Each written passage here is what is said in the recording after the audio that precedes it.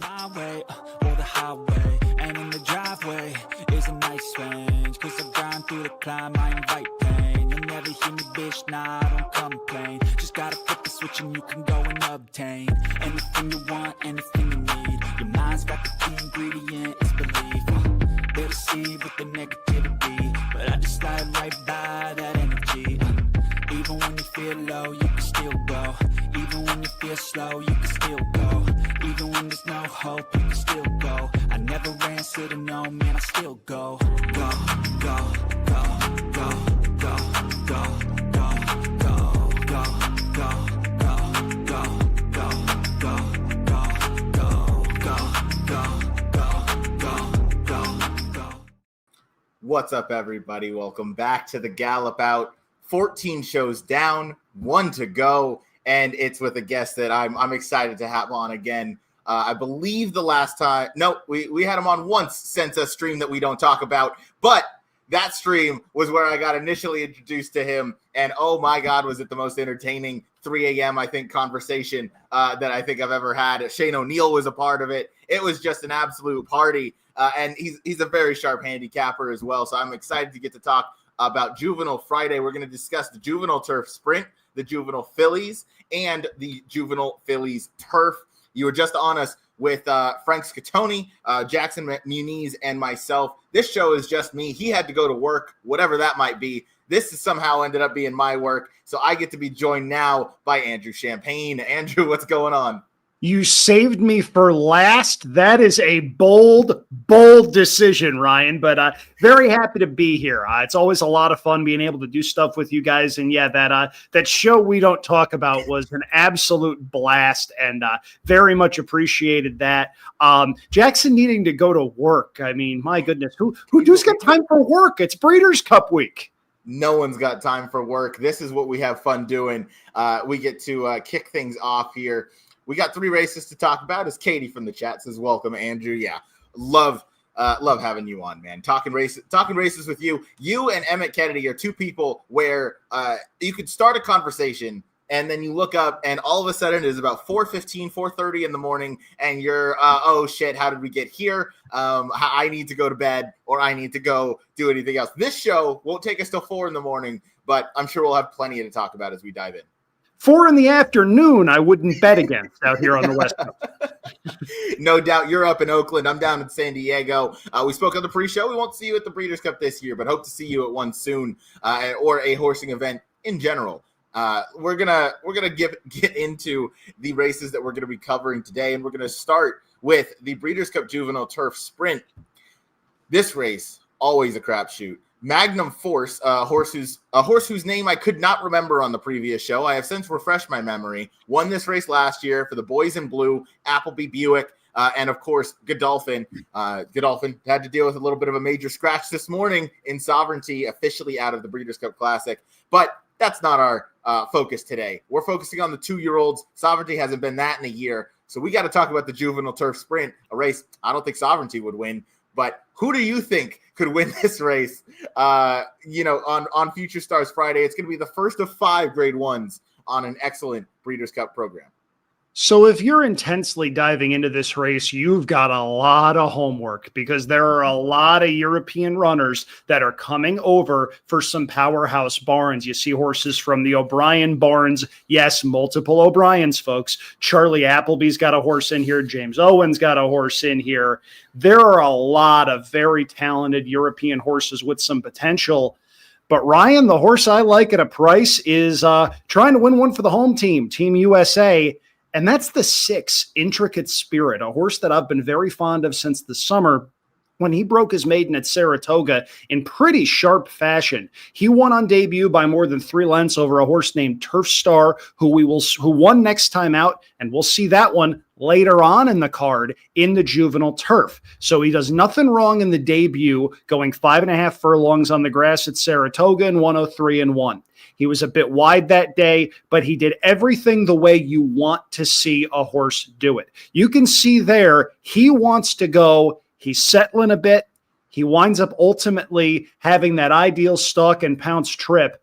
And when you give a talented horse a picture-perfect trip, more often than not, it ends pretty well. And in this case, that's exactly what happened with Intricate Spirit, who wins as much the best. You don't even see Turf Star in the frame right now. That's how far back Turf Star was coming from. He winds up running second. He's a nice horse. And speaking of nice horses, here we're seeing his debut win. Second time out, Intricate Spirit finished a very good second behind a horse that we'll also see in the Juvenile Turf. All that horse did that beat him second time out was win a stakes race at next asking by 7 lengths. So all I'm saying is if Intricate Spirit winds up running well in the Juvenile Turf Sprint, maybe upgrade the horses he's been running against. He came back in the Grade 3 Futurity, and he won that race as much the best. I like the fact that he has tactical speed, but he doesn't necessarily need the lead in order to run well. You've got horses going 5 furlongs here. You've got horses that are going to be quarter horsed out of the gate and may very well need the lead. Intricate Spirit does not need the lead. I'm not saying I think this race completely falls apart, but I do want a horse that's at least shown he can stalk and pass others late, because only one horse is going to be able to hit the front early, and that's bad news for 6 or 7 of the horses that are entered in this particular event. Intricate Spirit, though, isn't going to be intimidated if he doesn't hit the front. He's 12-1 on the morning line. I really like that price because I think Intricate Spirit has a world of talent, and I think he stands an upset chance in the very first Breeders' Cup race on Future Stars Friday. Your morning line favorite is the 9 True Love for Aidan O'Brien. He makes a lot of sense. O'Brien's also got the 1 horse Brussels. Brussels winds up making a lot of sense as well. And you've got some speed that drew to the far outside in the form of Schwarzenegger and Lenny Liu.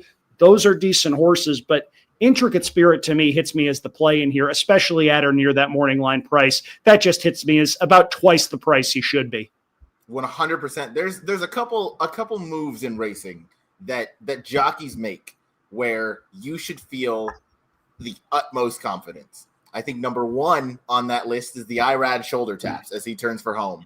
Number 2 is when you see Joel like that and he's just snapping his elbows, pressing on. That means he's got a ton of horse. When that's all he has to do and he gets that response, as you can see, immediate response there from Intricate Spirit. You saw it on debut as well. That is one of those moves where you just feel the ultimate amount of confidence, and he's done everything the right way, Intricate Spirit has. And you brought up a good point in that this one's going to be forward. And you see the fractions in the last race, October 3rd at Aqueduct, 21.3 and then 43.9. Now, that was a very, very firm course at Belmont at the Big A. Del Mar is also a very, very firm course. So while the speed out there, they do go get around some wider turns than we're going to get here at Del Mar. But all that to say, this horse has some speed, drew really well towards the inside. I know, post 6, but this is a 13-horse field before the AEs, 12-horse field. Lenny Liu got the worst of the draw, and Intricate Spirit's probably going to sit that similar trip, but Intricate Spirit's going to be able to save some ground. Joel Rosario is no stranger to winning this race. He's no stranger to turf sprints, and if you get him with a horse that has some ability, he can absolutely be the first Breeders' Cup winner for the Miguel Clement barn since taking over from his late father. This one looks very, very good, has been training lights out in the mornings, has been over the track and looked really well as well. Again, these are A-plus animals. They're all going to look good, but look at that progression as well that you see from Intricate Spirit in the race-by-race starts, has improved that speed figure each and every time. 3 different distances should be noted. That's impressive to do, given they were all within a furlong of each other, but something tells me that the 5 furlongs is going to be no problem. I anticipate Schwarzenegger to go fast and furious early, and we're going to see after about 4.5 furlongs if he can hang on. Now, we'll go talk about him for a moment before we talk about some others. Schwarzenegger in here, Johnny Velasquez first. How many live mounts is Johnny V on? We were just on with Andy Serling, and he brought this up. My goodness, he is set up for quite the weekend if he is able to, continue that Hall of Fame those Hall of Fame rides that he's been giving the past, 6 weeks. No reason to believe that he's not going to do so now. He's had so much success at Del Mar and every track. Yeah, that's for sure. I mean, Schwarzenegger to me is going to be a weird case because he scratched about 4 or 5 times before finally getting to run August 29th at Saratoga. And going down the backstretch, he looked like the second coming of Dr. Fager turning for home. And then the warning lights came on. Then he goes to Keeneland and he runs well in the Indian Summer. He winds up winning that race, and that's a really good race. But even so, there were some where's the wire moments late in that one too. This is a horse that is exceptionally fast, and you can see that on the replay here. Here, it's not a matter of if Schwarzenegger wins, it's will Schwarzenegger break the track record? Well, he turns for home. He looks like he's got horse here. You're waiting for him to change leads. You're waiting for him to change leads. And now it's, wait a minute, he's getting tired. Who's this 7-horse Atfield coming up the rail that turned out to be one of the best stories of the Saratoga meet, given the namesake? And here comes the wire, and Atfield nails everybody's single that day in the pick 6. Mm-hmm. Schwarzenegger's very fast, but I'm looking at this race. If you want to take 5-1 on him, go ahead. I can't do it. Yeah. I share that sentiment with you. I'm going to play the replay for Schwarzenegger at Keeneland because we have 4 horses coming out of there, all of whom are going to come back right now. A handful of them are on the AE list. Obliteration is not one of them. Obliteration drew pretty well in post position 5. You'll look at post positions 1, 2, 5, and I believe Schwarzenegger was the 6. The 6 in this race, and you can see again he's going to go ahead and clear off and do his thing. He was touted as that second coming of Golden Pal, or you said Dr. Fager. We're going to watch later on in this race. This one, much more professional. He switched leads when asked by Johnny V, which tells me that at least he learned something from that first race. Now, they went fast, 44 flat, and you can see he's going right about here. You can see he's starting to get a little bit tired, and he's starting to invite those others into the race. I would say the good news, if you like Schwarzenegger, is that this race was at 5.5, and right around that 5 furlong mark is where he kind of threw in the towel. I don't know that there's a horse that can go with him early. I do not think anybody else is naturally as quick. Maybe from the outside post position, I'm curious your thoughts on this. Maybe Lenny Lou. She's been sharp out of the gate. Maybe with some real intention from Luis Saez in the saddle, maybe that's going to press the pace of Schwarzenegger early. So the problem with that is you're absolutely right. Schwarzenegger is probably the fastest horse in this race early, but other horses need to at least try in order to get to that front end spot. Mm-hmm. If you look at a horse like, say, Royal Testament, horse number 3 in the program, I don't think Royal Testament is nearly as fast, but you're telling me that one's not going to go? You're telling me we're not going to see any speed from any of the European runners in here? Obliteration's quick. You're looking at Intricate Spirit. He doesn't need to be on the lead, but he's going to be reasonably close. You're looking at a couple of horses other than Schwarzenegger. In fact, the horses surrounding him. Cy-Fair's got some speed. Lenny Lou's got some speed. Maybe Schwarzenegger is the speed of the speed, but it's not like a horse later on the Friday card where I think that horse is just going to get to the front end and coast. Schwarzenegger's going to have to work. He is going to have to work, and that's going to be something that maybe we haven't seen, him do too much of. And when we watch the replays of Schwarzenegger there, and I promise you we will get to talking about other horses as well, but this is a very competitive race, obviously. And on top of that, it's the turf sprints are so volatile that they can go a million different directions. So it's important to kind of note he didn't have that natural early speed that, the likes of some of his others like Golden Pal we've seen have, where he just, if he broke the gate and he started well, which ended up being an issue and cost him in another Breeders' Cup sprint. But if he got out of there, he was gone. It was over. Those first 3 strides he had were lights out to the rest of the field. I don't know that I've seen that from Schwarzenegger quite yet. Yes, on debut, that was flashy, but Atfield came back. That was a great story for him to win on debut as well. But Atfield came back to run a decent third. I don't know how good Atfield is in comparison to the rest of this field. We don't see him in here. I would have to imagine he would be in the 15, 20-1 range. So just kind of comparing horses like that, I certainly want to try and beat Schwarzenegger in this spot, but I do want to recognize the fact that both of his races at 5.5, if you cut them back a half furlong, he wins by open lengths, or at least a length and a half in those spaces. Lenny Lou is one that we kind of mentioned. Cy-Fair is an interesting runner. You get Irad Ortiz, which I think is a huge positive. Obviously, we talked about his just ability to win no matter what. And again, the shoulder taps are always a vote of confidence.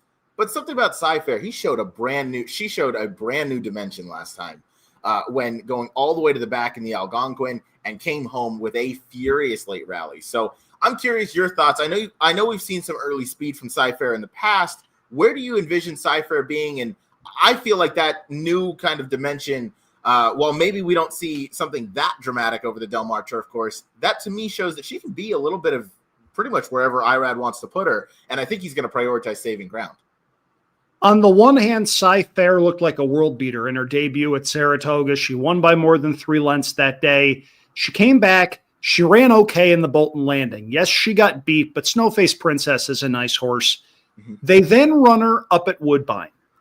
I don't think she beat anything that day. The figure came back just okay, and this is the other concern that I have. Cy-Fair, from a buyer speed figure standpoint, has sort of plateaued. You see 80, you see an 82, you see an 82. She's going to need to move forward.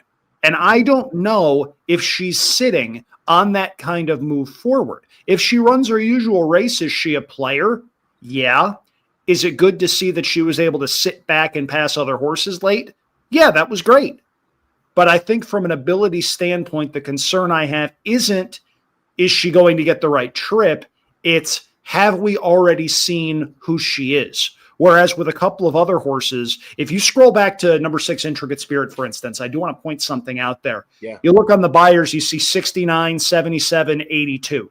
That's consistent forward movement that indicates more forward movement is in the offing. And the presence of Curlin on the bottom side is another really good thing if you're thinking that horse is going to take a step forward. Could Cy-Fair win? Yes.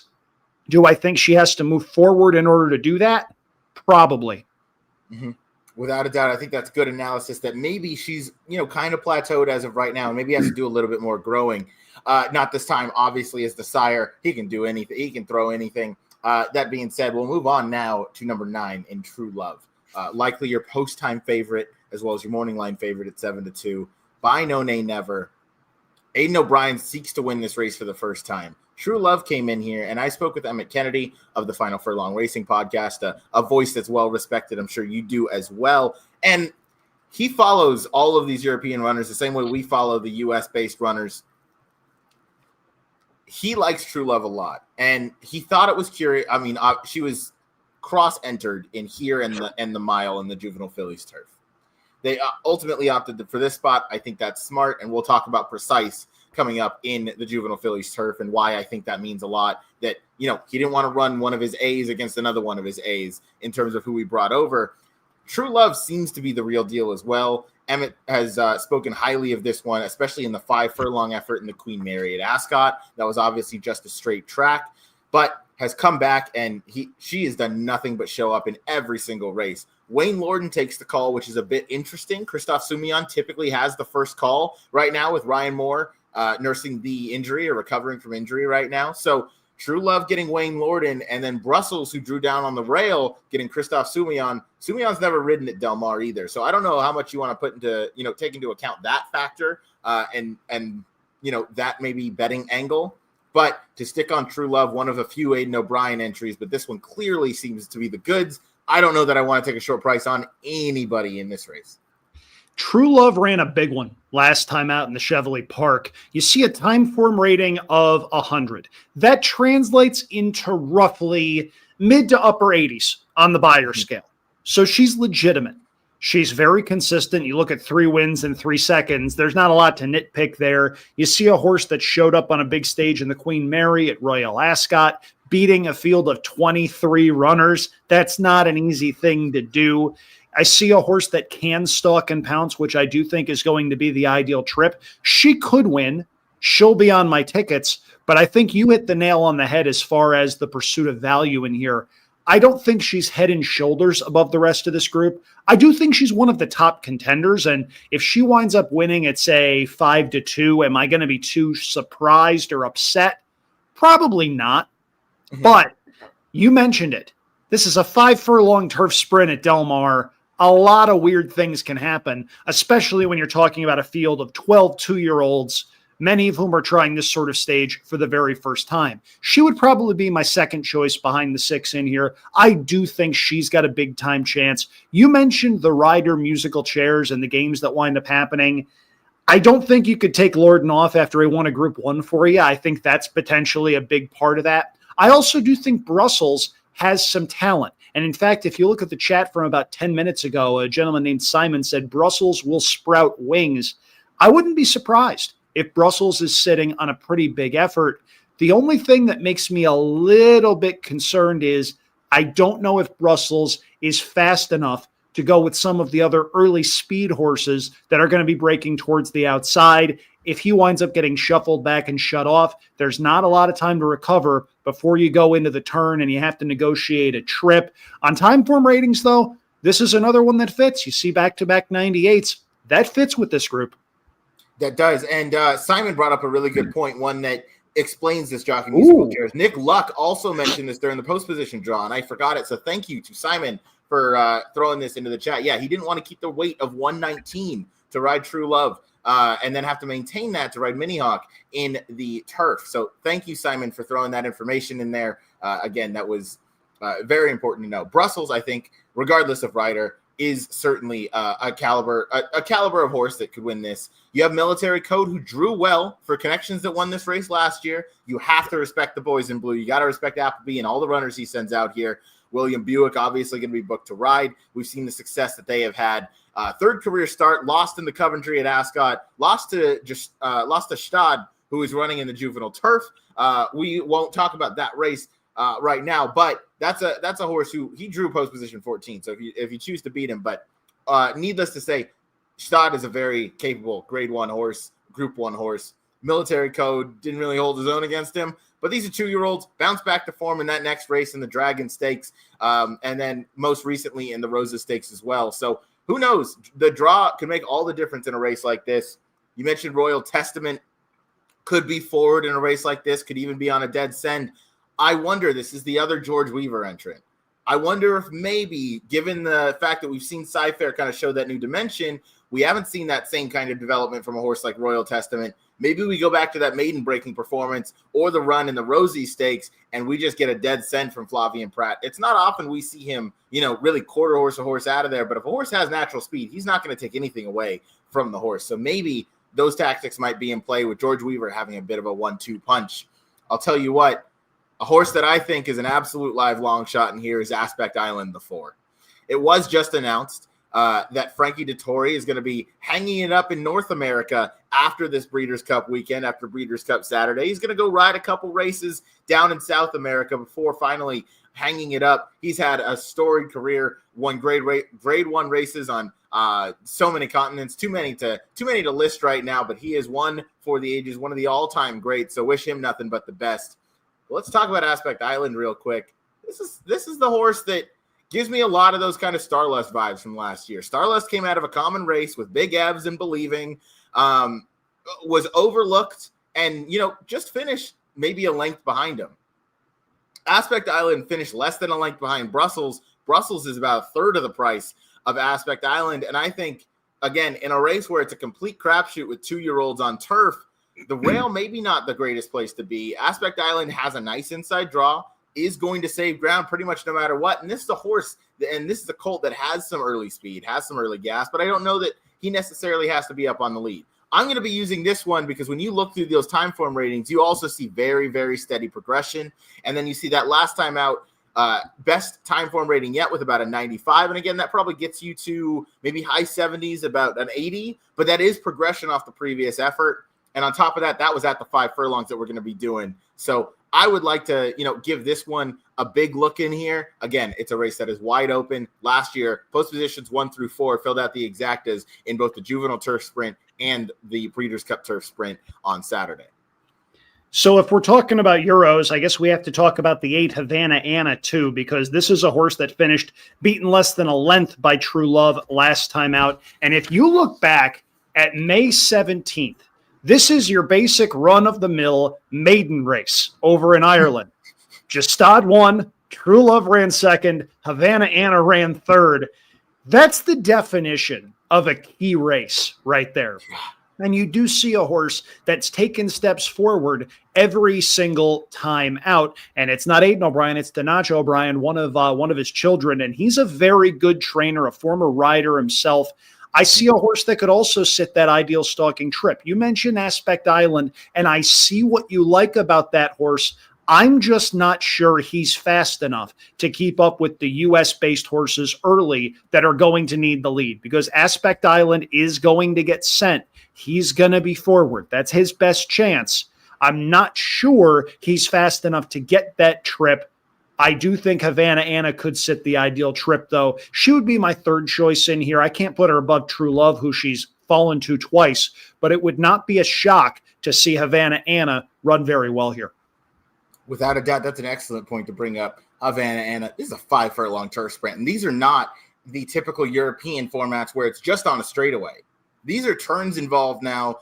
We have no idea how True Love is going to take the turn. We have no idea how Havana Anna is going to take the turn. Now, Aiden O'Brien, I would imagine his sons are going to take after him. He has a very high-level way of training his horses. He's brought American Starting Gates over to Ballydoyle so that they can get used to that feel and the bell ringing. I would imagine that they have a very a course or a training setup with those tight turns. Needless to say, this is still a turf sprint. They're going to be doing something for the first time, and these are all 2-year-olds. I think Havana Anna has a big shot to turn the tables. And again, this is going to be a spread race for me. I wouldn't feel confident planting my flag in anybody.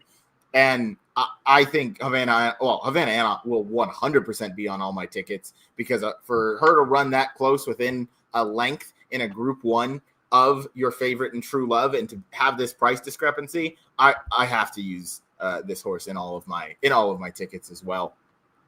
Very deep field in the Breeders' Cup Juvenile Turf Sprint. We just about went over every single horse in this race, and you can make a case for just about every single horse in this race, and that goes to show the level of competition that you have to start off the late pick 5 on Breeders' Cup Future Stars Friday.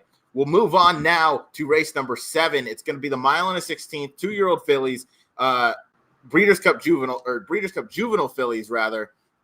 We're going a mile and a 16th. What are your thoughts on this race? We have Tommy Joe and Percy's Bar rematching in here after what was a pretty severe bump. So I'll let you lead us off, as Tommy Joe is 7-2 on the morning line, Percy's Bar 9-2. So you get those two horses who were clearly best in the Alcibiades over at Keeneland. You get the two horses that ran 1-2 in the spin away. They wound up reversing that in the Alcibiades as a result of the disqualification. And if you subscribe to that race being a legitimate race, I can't say that I blame you. I'm not overly impressed, though. I see a field that sort of walked home after setting legitimate fractions. Keeneland's mile and a 16th, remember, is a short stretch configuration. If you can't get 2 turns, you may be able to still go that route, just because there are some differences. There are some things to keep in mind. However, I think Bob Baffert is loaded here. I think Explora, horse number 7 in the program and your 5-2 morning line favorite, makes sense after winning the Oak Leaf about as impressively as you can. But I'm looking at this morning line. David Aragona is one of the best in the business. I love David. I hope his morning line holds up, because Ryan, do me a favor.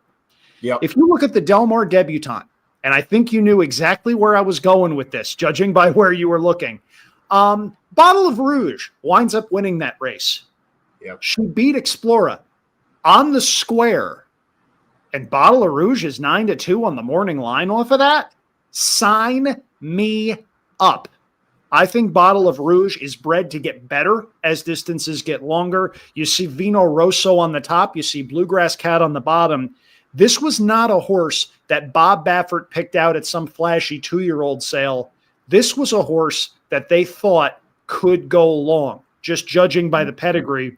And in the running style, you see a horse that can, in fact, sit, get that ideal stalk and pounce trip, and isn't going to be intimidated by going 2 turns for the first time. I love the stretch out in distance. I love the recent workouts. You see that 2-back work where the horse went 5 furlongs at 59-2. You know she loves Del Mar, and there's a chance she's going to be the 3rd or 4th choice in here. I like Bottle of Rouge quite a bit. This is going to be a case where the tote board dictates exactly what I wind up doing in here. If Bottle of Rouge is 5-1 or 6-1, she's going to be a pretty big play for me. And I may very well have some tickets where she's a separator single of sorts. I mean, look at the way she's leveling off here in the stretch. Mm-hmm. She wants to go longer. And to be fair, Explorer ran well. Explorer set a legitimate pace. Explorer may very well be the speed of the speed. But I look at a couple of other horses in here. Iron Orchard, who recently sold for $2.5 million to New Connections, she's going to go from the rail. Meaning has speed. Michael McCarthy does not do this often. He's not going to take a horse from a random maiden special weight and run in a grade 1.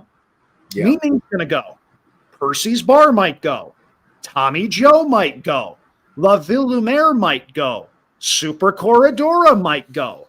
Doesn't this seem like Bottle of Rouge gets the exact same trip she got in the Del Mar Futurity? And if she does, the Debutante, excuse me, not the Futurity, the Debutante. Yep. If she gets that trip, I think she's going to be tough. I completely agree. Bottle of Rouge is my top pick in here, even though Bob Baffert does not have a very good record in this race. Now, I took the PPs off the screen to show you a formulator stat. Michael McCarthy, 2-year-olds, maiden winner last out, into a graded stake. Those are some pretty good stats. 4 for 17, 24%, 168 ROI, 47% in the money. He's doing that move with meaning, and I think that is, no pun intended, meaningful. And that shows the kind of skill that they have. You have the new connections for journalism in Jose Ortiz, Michael McCarthy, and Eclipse Thoroughbreds. Poor Umberto Rispoli, man. I know. That's a conversation you and I could probably have for about an hour and a half. So poor Umberto. It is part of the game. All that to say, though, Jose Ortiz is going to get the chance to ride this one in a graded stakes. Him and his brother are already on their way out here. They have some mounts tomorrow. I'm sure they're going to be working horses over the track tomorrow. It is pretty much go time. So meaning, though, taking a step forward, you mentioned something, sprint to route. This one's going to be forward. I do not like Explora at all in this field. I will not have her or Tommy Joe on any of my tickets. Now, La Vie Lumiere is an interesting one. I don't know that I'm going to be using a whole lot of her. I am going to use a little bit of Super Corridora, and I really like Lawali. I think Lawali gets a very substantial rider upgrade from Antonio Fresu to Flavien Prat, and I don't think that's anything negative towards Fresu. Prat is the best in the world, best in the country. Ryan Moore is the best in the world. But Flavien Prat is one of the best riders, dirt, turf, sprint, long, whatever you got. Flavien Prat's going to get this horse in the right position, and he's going to get that horse to find a couple more lengths that he hasn't yet. He does that time and again. There's a horse that stands out to me this summer, and obviously talking about the greatness of Flavien Prat, we could do that all day. There's a horse named Vibes for Peter Urton. Ran this summer a couple times at Del Mar. Previous to getting Flavien Prat was second by a neck, maybe first by a neck, third by a head. Flavien Prat gets on board. They don't take a class drop. They don't take, the same level, wins by 4. I mean, he had this horse in the perfect spot, and he gets bet down and hammered on the West Coast like nobody else. But like Irad does on the East Coast, I guess. So all that to say, I think Lawali in a race that this is a filly that can be forward, but not on the lead, and has shown the ability to kind of close into those paces. Lost to Explorer last time out. Obviously, I'm willing to excuse that, as Explorer is going to meet a substantially more pace. I don't think they go above 23 seconds to the quarter. I think they go sub 23 for the first quarter, and I think that might put Explorer in trouble. Last thing I'll say, to Explorer's credit, she did rate that speed a little bit last time and sit off going the first time 2 turns. I just want to take some others, especially Bottle of Rouge. Terry Frank in the comments, happy wife, happy life, Bottle of Rouge, as Bottle of Rouge is owned by Jill Baffert, or Natalie Baffert, rather, Bob's wife. So this is a very wide open rendition. Is there anybody else that caught your eye in here? You mentioned Iron Orchard. That's one that I kind of give a look to. I wonder if after that last out performance, even though that was successful, it was a fast day at Backwood. I wonder if they put her back up front, or at least have her substantially closer to the lead. Watch the earlier races very, very carefully. When Del Mar is speed favoring, it's very speed favoring. But if the track is playing fair, I do think Lawali has a shot. I'm happy you were able to bring that horse up. I like that horse a little bit for the same reasons you do. I do think she needs to take a step forward. But the more you look at this race, doesn't she seem like the lone closer in a race full of early speed? There's plenty to like, and you're going to get something close to that 10-1 morning line. You are, and let's not forget, last year, Immersive won this race. She went on to be, she's fine as a 3-year-old. She won this race kind of just on that ability last year. She didn't want any part of the 8.5 as a 2-year-old. I don't think a lot of these 2-year-old fillies want any part of 8.5. Lawali seems to really just be stretching her legs as they get a little farther. She has improved in every race, and that first try going 2 turns in the Oakley flashed out. That was her best speed figure, her best closing figure. I think that she's going to appreciate the 1.16 the next time out. That second route on dirt, Mark Glatt seeks Flavien Prat for the ride. This is a close A along with Bottle of Rouge. These two are A's. I kind of have Iron Orchard in that kind of B category. I'm just going to try and beat Tommy Joe and Explora in this race. I don't trust either of them. What are your thoughts on Percy's Bar, though? I know we kind of talked briefly about the Darley Alcibiades. Percy's Bar was a little bit green as they turned for home in that short stretch, but when she eventually kind of switched leads and leveled off and got clear, she did pull away. Do you think it was a matter of, maybe she wanted a little bit more of that 8.5? Or do you think that because Tommy Joe lost her action, that it looked maybe a little bit more exaggerated than it truly was? I just was not a fan of that particular race. I thought it was a 2-horse race. Percy's Bar set the ideal trip. Tommy Joe most certainly did not. And that was basically what happened. I'm going to be interested in seeing Luan Machado on this kind of a stage. We're not going to go too far in depth into everything that Luan Machado has had happen to him over the last year, but it's going to be interesting to see because he's got some mounts over the course of the next couple of days that are not without a shot. But you'll often see first-time riders on this kind of a stage, they get taken to school a little bit, and for good reason. These are some of the best riders on the planet. Luan Machado's a 14% rider. He's not bad, but I'm just not a fan of the Alcibiades last time out for either of those horses. I think Tommy Joe is a 1-turn horse that didn't want to go 2 turns. I don't want to say she got bailed out because that was a legitimate disqualification, but I just don't think this is her best game, and I do think they're going to be moving up front. Yeah, she's out of Mother, and her mother was a dirt sprinter. She liked 1 turn. She didn't really like the 2-turn thing. Yes, she ran 3rd in the Starlet, but she was a 1-turn animal. She was at her best at that 6-7 furlong range. She's one of those where I'd like to see her in the ballerina, as a 3 or not the ballerina, the test. The test. Thank you. I'd like to see her in the test. I think that's ultimately going to be where she kind of ends up. But I think as of right now, where we are in the calendar year, you have to take your shot in these races with a horse as talented as she is, because she does have all the talent in the world. I just think it's better around 1 turn. So that'll be the Breeders' Cup Juvenile Fillies to be run 1.16 over the dirt. And Andrew mentioned a great point. Pay attention to the track and how it is playing. Now, over summer, it played very fair for all of, if not most, if not all of the summer. There weren't too many days. I will say the one thing to note, the inside was rarely the place to be, if ever. And that is something we haven't always seen. Even last year, Raging Torrent fought back against Chosen Brawn on the inside. So it is something that can change. I wonder how it's going to, but that was the only notable kind of disadvantage horses had last year over the surface. Yeah. Next race. Oh, yeah, sorry. No, I'm just saying it did play fair. There are times where Del Mar has a very pronounced bias. Shout out to the late, great Jeff Siegel, who made his bones identifying when that bias came in, when the tides wound up changing, and when you see something at Del Mar where inside speed winds up holding, your eyes are not tricking you. When that bias is there, It is prominent. That's 100% correct. The inside played pretty fair in 2020, or played pretty strongly in 2021 when Life is Good ran off the screen, just glued pretty much to the inside. You had not Marsh Lorraine, who ended up winning the distaff, but the Chad Brown trained horse that came flying up the rail late. The inside. Dunbar Road. There it is, Dunbar Road. When the inside is good, the inside is good, as you said. So pay attention to those track trends. Let's get into the Juvenile Fillies Turf, where I want to start the conversation with maybe a misconception that people have about the track, and that's that the outside posts going 2 turns is some death sentence. I think going 1 turn, doing the 5 furlong sprint, it's a death sentence for sure. But we saw Henri Matisse win this last year from the 13. We saw Rebels Romance win a 3-turn race from post 11. Moira, a 3-turn race from the 10. We saw Test Score in a 2-turn race finish a close second from the 13. It's not a death sentence. You need a good ride, and you need to, hope that you're the best horse on the day. But at the end of the day, that's racing. You kind of have to have things go your way, especially in the turf side of things. What are your thoughts on the outside draw and your thoughts on the outside draw for Precise, who is going to be one of your heavier favorites on the day?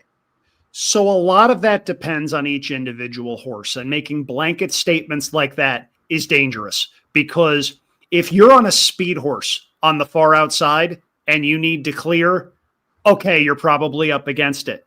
But if you're able to track or rate at all, you can work out a trip. And that's going to be the case, I think, with Precise. And I think if Precise gets a trip, she's going to be very difficult to beat. Now, I do think that the post position means you can't single her. And that's unfortunate, because she's going to be a pretty heavy favorite. I don't know if she's going to be all the way down to 6-5, but you're not going to see 2-1 on Precise, given the form she's shown overseas, a back-to-back Group 1 winner. This is a horse that is going to take a lot in the way of beating. But if you are trying to go against her, and you're right, you're going to get paid. I've got 2 potential alternatives that are going to be big prices. And I see Simon in the chat talking about getting Precise beat. I'm not sure how likely that is, but I applaud the initiative, because if you're right, you're going to get paid. The 2 horses I'm looking at, one of them is number 5, Final Accord. Final Accord goes for Mark Casse, 15-1 on the morning line. Hasn't done anything wrong. She's 2 for 2. And if you look at the race she ran last time out, it says up last jumps. She inhaled the field late that day, and she ran like a horse that wants to go 2 turns. She gets to go 2 turns here. She's got tactical speed. She doesn't necessarily need the lead in order to run well. Jose Ortiz sees fit to ride. He's one of the best turf riders in the country. And I believe Final Accord is going to be doing what she wants to do. You see a bottom side pedigree that includes the dam sire Blame. Blame is actually turned into a fantastic turf sire. And his horses, they want to go a route of ground. And you're seeing the stretch run in here. Just watch this. Just take a look. And here you see Final Accord rolling. This is impressive, folks. This is a horse leveling off. We talk a lot at top-level racing, especially on the turf, about turn of foot. That's a European-style turn of foot. Yeah. And those horses tend to do very, very well in races like this. I'll be using Final Accord, and I'm going to throw a bonkers price at you, Ryan. I'm ready. Let's take a look at the 10 Ballantina. Yep. Ballantina, 30-1 on the morning line. First of all, we talk a lot about jockeys that are coming over from across the pond. When Ocean Murphy is at his best, you can make the argument that he's one of the top 3 or 4 riders in the country, and he might not be numbers 2, 3, or 4 in that group. He is outstanding when he is on his game. And just do yourself a favor. If you're looking at this horse in the form, just draw a line through the clunker last time out. If you do that, you're left with a horse whose 2 and 3 back efforts aren't that bad. And if you wind up doing that, you're able to see a horse that could potentially improve and factor in this at a massive price beneath one of the top riders in the world. Now, grant you, she does have to move forward, especially compared to some of the other European runners in here. We talked about Precise. Queen of Hawaii may also be a runner. You take a look at a couple of the others in here. There is talent signed on in here. You've got number 12 Pacific Mission coming in for the Juddmonte connections. It's a good field, and she does need to move forward, but I think she can. And if she does, you're getting a world-class rider on a horse that ran pretty well 2 and 3 back. That Albany Stakes, the Group 3 at Ascot, that was a good field. She was 3rd of 17 that day behind 2 next out winners. I think she's got some talent, Ryan, and I'll be using her. I think she has some talent as well. Another person who thinks she has some talent that I'm sure you'll appreciate was Emmett Kennedy. This is his key play underneath of Precise. And if that's good enough for Emmett and it's good enough for you, that's good enough for me. The amount of buzz I've heard on this horse is significant. You're right on Ocean Murphy. Ocean is fantastic. When he's on, he's on.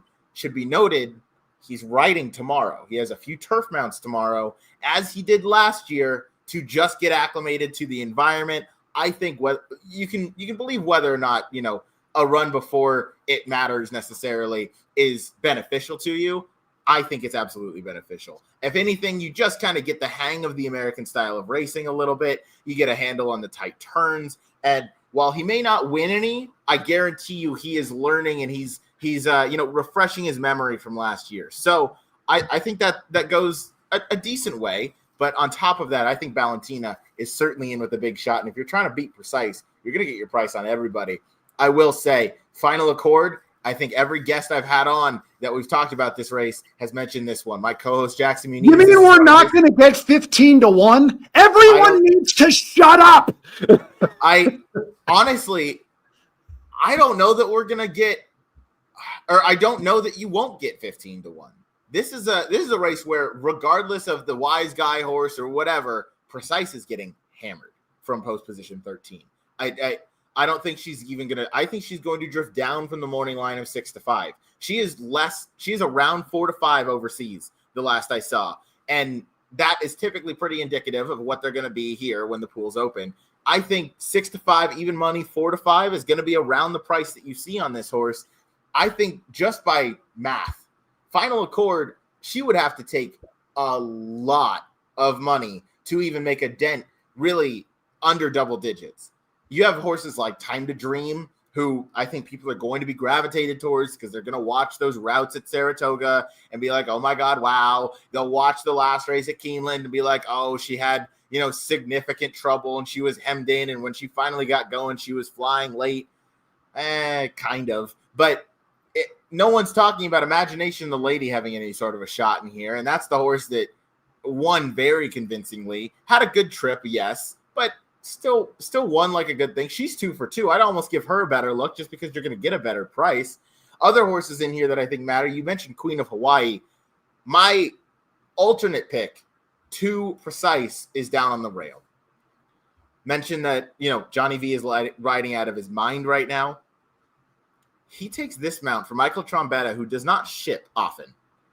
You don't really see him leave his home base. You see him maybe a little bit in New York, maybe down at Gulfstream, but you don't really see him ship west like this.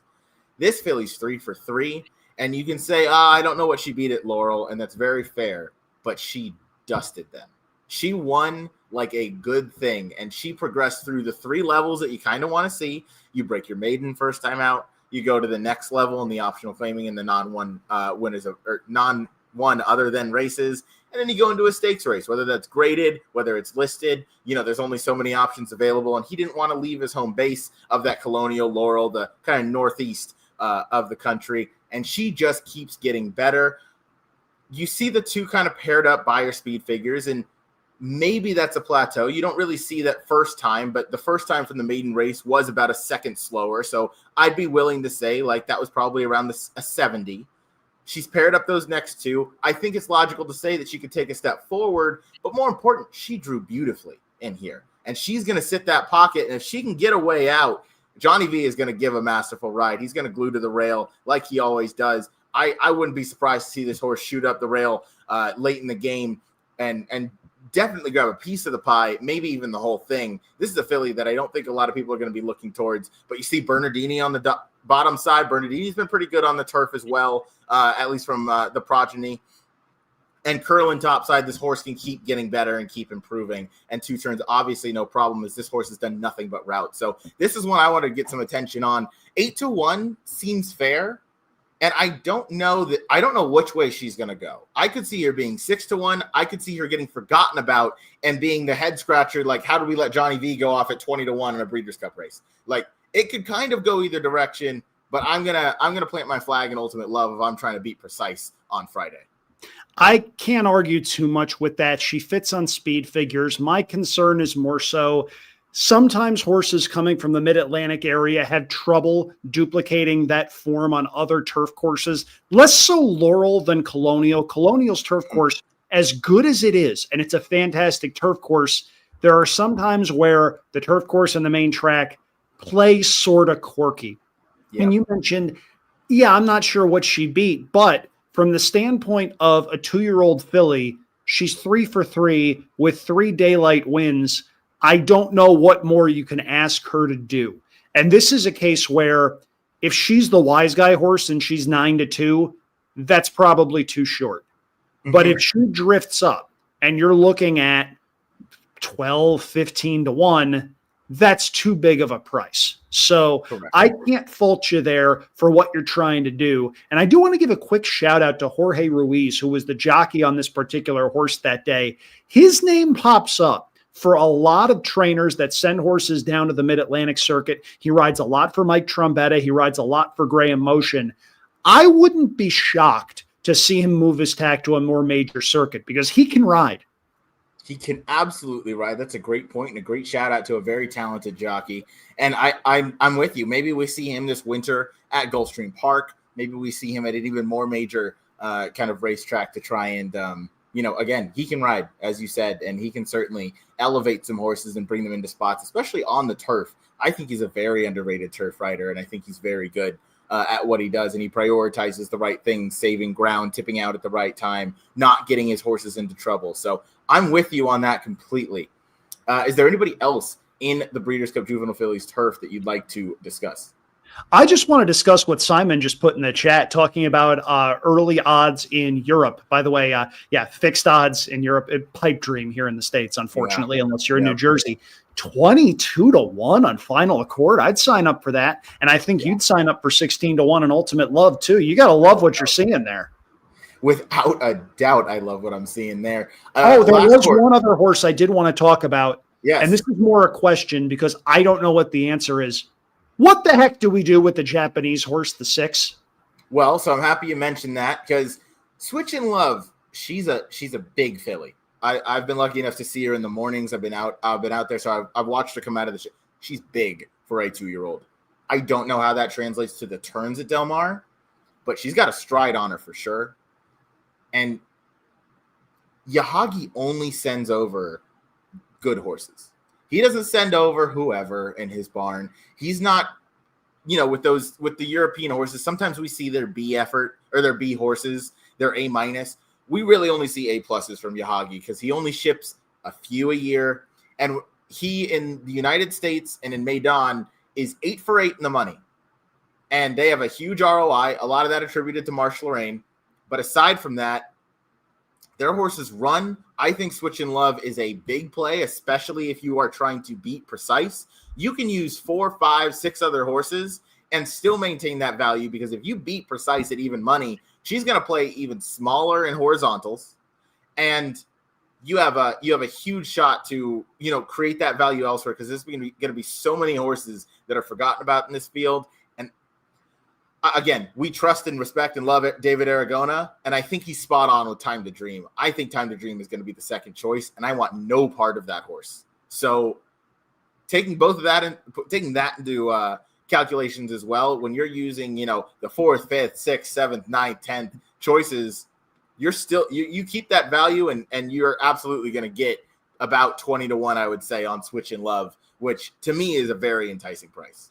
That's for sure, especially if you have a strong opinion elsewhere. If you've got a strong opinion in, say, the Breeders' Cup Juvenile, where you think either Brandt or Ted Nafi is going to run off the screen, that's where you go deep in a race like this on at least one ticket where you leave off the favorite and you try to extract some value. That's just good ticket science and ticket construction right there. So can't say I fault anybody who's out there looking for a price. I like a couple of horses that could be bombs in there. Would I be stunned if Precise made us all look foolish? No, that's a nice horse. The outside post, it's tough. It's not a death sentence, though, and it wouldn't be shocking if Precise just turns out to be too much. I completely agree. Andrew, it's been fun as ever having you on here. Before we get out of here, the races we talked about, obviously 3 of the top races on Future Stars Friday. Is there any race on Saturday that you're most looking forward to? A couple notes real quick. I don't know how much you've looked into Saturday's races, how much time you've had in your busy schedule. 2 races we have not discussed on this channel are the Breeders' Cup Mile and the Breeders' Cup Dirt Mile. I didn't put the Breeders' Cup Dirt Mile because I think Nisos wins by a city block if he's in the gate. But the Breeders' Cup Mile, yeah. Yeah, we agree way too much. Nisos should not lose. That's my take on that. I mean, yes. Nisos should be running in the Breeders' Cup Classic. Let's be real. I understand why the Dirt Mile is there. I understand the purpose that it winds up serving. I understand that the breeding industry in particular loves the Breeders' Cup Dirt Mile. Nisos should be in the Classic. If Nisos was in the Classic, he'd be in with a shot. That is a very, very, very nice horse that Bob Baffert seems to have loaded in this particular spot. As far as the mile goes, that's not one of the races that I was most excited about on Saturday. I do have a couple of other horses, though, in some of the other turf races, and I'll talk about them very briefly. Yeah. In the turf sprint, I very much like Bring the Band Home. I think the last out race was a complete throwout. I think he's the one Mark Casse trainee in the history of horse racing that hates Woodbine. If you cross out the Woodbine races, he looks like a world beater. 12-1 on the morning line. I think we're going to get that price. I like him a fair bit. And I'll also throw in a price in the Filly and Mare Turf, which goes as the nightcap. I think Village Voice is sitting on a pretty big race for Chad Brown. Village Voice ran some big races in Europe last year. She was 4th on British Champions Day in October of last year against what's probably a better group than what lines up in here. She was nice last time out when she won the Weah as her prep race. Flavian Pratt hops aboard. All due respect to Dylan Davis, who's a very good rider. Flavian Pratt's one of the best in the game. You're looking at a 15-1 proposition on the morning line. She's absolutely good enough to win that race on her best day. She is very talented. I question maybe the quality of the Weah Stakes, but that was her first race since coming from overseas. Right. And certainly take a step forward. So her showing up in this spot is ambitious, yes, but we know John Stewart's not afraid to supplement these horses. Yeah. Goliath is in the Breeders' Cup Turf. There's plenty of others. Yep. So I'm with you on Village Voice, and you're going to get your price on Flavian Pratt and Chad Brown, which seems absurd because, they'll make you look foolish. Exactly. Let them go at a price. 5-1, I want no part of her. 15-1, I like her a lot. 100%. My only note on the Breeders' Cup Mile, because I'm with you, I don't have the strongest opinions in that race. Horse I do very much like is Rhetorical.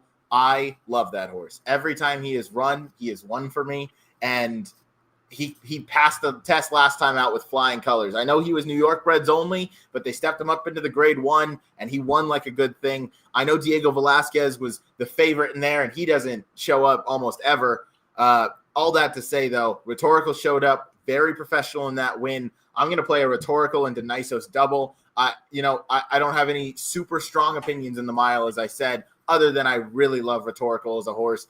He looked great. He was one of the first horses I saw last Friday. And man, he looks lights out in front of this. But again, most of these do.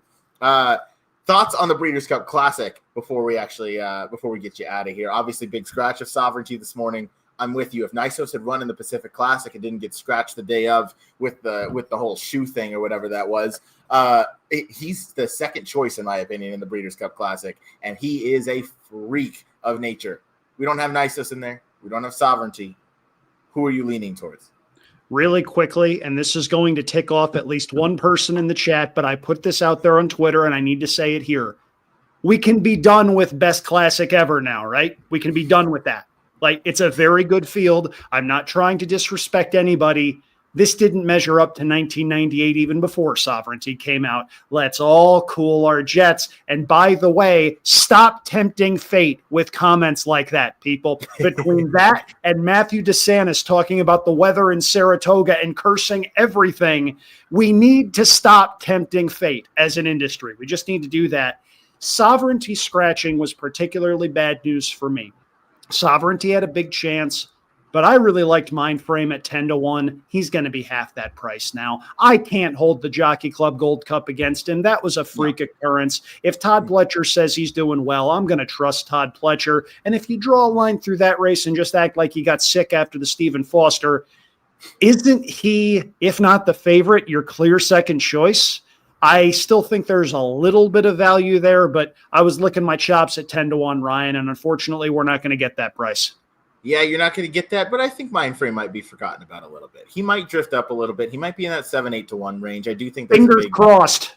I hope so. And to your point on the best classic ever, it was shaping up to be the best classic since I have followed racing, but I've only been here since about 2019. And I'm a nerd, so, it's I think recency bias kind of rules us all sometimes. And I think that's kind of what took hold. And obviously last year's classic champion and this year's Derby champion and, the top three from each of those races. So people kind of get caught up, and the average winnings of the field was $4 million. And that's very cool. And that's all great. And the part that confused me the most, not us saying that it was the best classic ever. How did Nevada Beach become the wise guy horse? How in a field full of consistent horses, how is that the one that everyone was like, I get that the horse is getting better, but it's a free ride into this race after the win the Goodwood. So you have to take that chance. That doesn't mean that this horse is some superstar. And I'm probably talking him into the winner's circle right now somehow, but I didn't understand that at all. And I think Aragona's adjusted morning line reflected that with him still being 20-1. Yes, exactly. And look, Nevada Beach runs here. You win the Goodwood, you have to take the shot.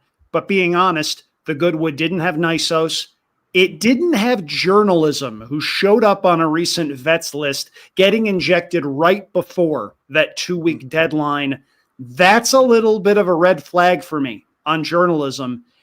No thanks for me on Nevada Beach. And if he winds up making me look foolish, it will not be the first time a Bob Baffert trainee has done that. I agree. The Bob Baffert trainee that will not make us look foolish, knock on wood, is Nisos in the Breeders' Cup Dirt Mile. Single everywhere. Yep, absolutely. That horse is, to me, the most likely winner on Breeders' Cup Saturday. And I know that's saying a lot, but I think so highly of that horse. And he's proven that every time he's in the gate, he has done nothing wrong. Yep, that's for sure. I would even argue his best race was in defeat in the Grade 1 Churchill Downs. Off that long layoff to step up into a Grade 1, a muddy surface, a surface that Bob Baffert doesn't typically do well. Again, we're on our way to talking about this for the next hour and a half of just how this horse is going to win. About a horse that's going to be even money. Correct. But that's why I love having you on, Andrew. It's been a ton of fun. Thank you for talking all the races on Juvenile Friday. Thank you for then going into Breeders' Cup Saturday, Championship Saturday with me. Best of luck this weekend. Thank you again for joining the show. It's always fun having you. It's always a blast stopping by. I really appreciate it. Thanks to everybody in the comments. Thanks to everybody that took their time to watch this either live or on demand over on YouTube. Ryan does a lot of great work, and there was somebody in the comments talking about how he might be one of the hardest working men in show business. And given how many shows he has done, I do not dispute that assertion. Ryan, get a rest. Friday and Saturday are going to be long days. You enjoy yourself, buddy. Thank you, Andrew. Yeah, this was my last show, so at least for the week. So for everybody that was watching, thank you all so much for all the support. All of the live shows have been just so fantastic in terms of the support and the viewership. So please head on over to the Gallop Out if you haven't already. Catch all the shows that are on demand, as Andrew said, not on TiVo, but they are on demand. They're over at YouTube. There's no ads. Go watch them, put them on 2x speed, get all the information, not just from me and my excellent co-host Jackson Muniz, but from the fantastic guests like Andrew Champagne, Andy Serling, Frank Scatoni, Megan Burgess, Rachel McLaughlin, Eric DeCoster, so many more, Greg Wolf. I could go on for quite literally the next 2 minutes. It's been a marathon of shows. My voice hurts. I'm drinking all the water in the world, but this is all the talking I have to do for the weekend. Now I get to enjoy the racing, enjoy the betting. So thank you guys all for the support. Andrew, thank you again for rocking it with me through Juvenile Friday. And we will see you guys next week, or I'll see you out at Del Mar. I'm sure I'll run into a big handful of you. Again, thank you. Take care.